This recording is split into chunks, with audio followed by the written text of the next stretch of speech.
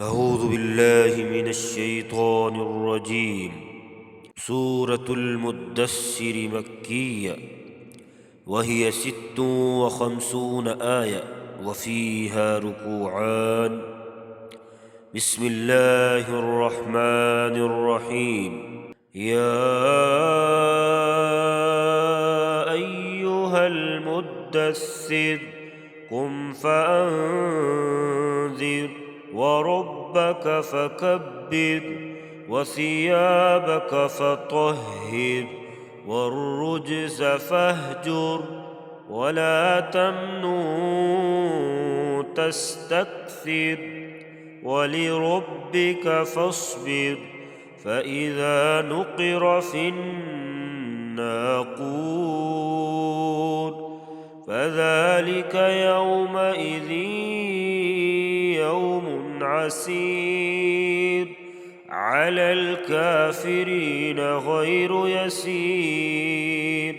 ذرني ومن خلقت وحيدا وجعلت له مالا ممدودا وبنين شهودا ومهدت له تمهيدا ثم يطمع أن أزيد كلا إنه كان لآياتنا عنيدا سأرهقه صعودا إنه فكر وقدر فقتل كيف قدر ثم قتل كيف قدر ثم نظر ثم عبس وبسر ثم أدبر واستكبر فقال إن هذا إلا سحر يؤثر إن هذا إلا قول البشر سأصليه سقر وما أدراك ما سقر لا تبقي ولا تذر لواحة للبشر عليها 19 وما جعلنا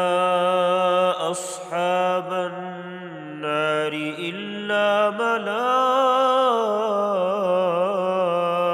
ملائكة وما جعلنا عدتهم إلا فتنة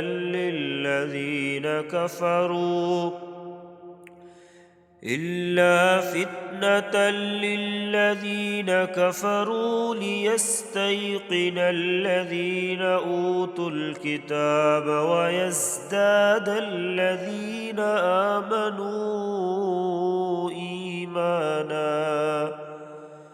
ويزداد الذين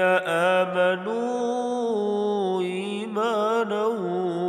ولا يرتاب الذين أوتوا الكتاب والمؤمنون وليقول الذين في قلوبهم مرض والكافرون ماذا أراد الله بهذا مثلا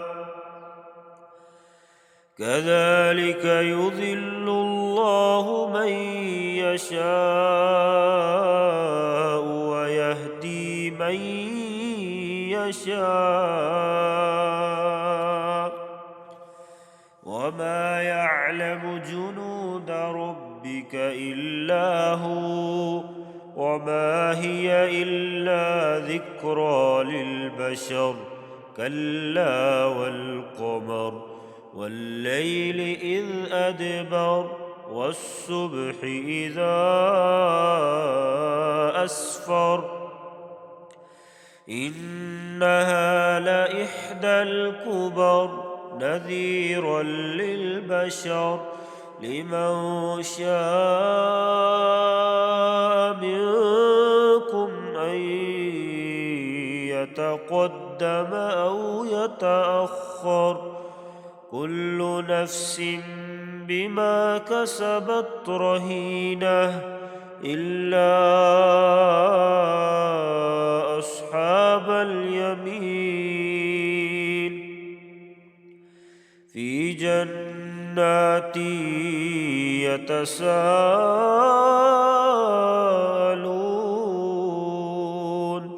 عن المجرمين ما سلككم في سقر قالوا لم نك من المصلين ولم نك نطعم المسكين وكنا نخوض مع الخائضين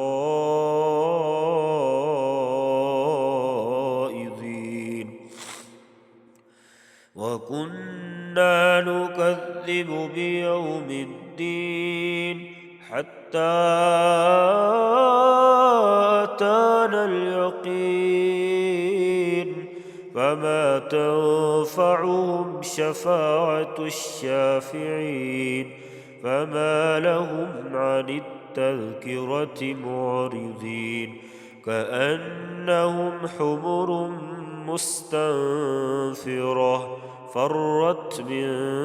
قسورة بل يريد كل امرئ منهم أن يؤتى صحفا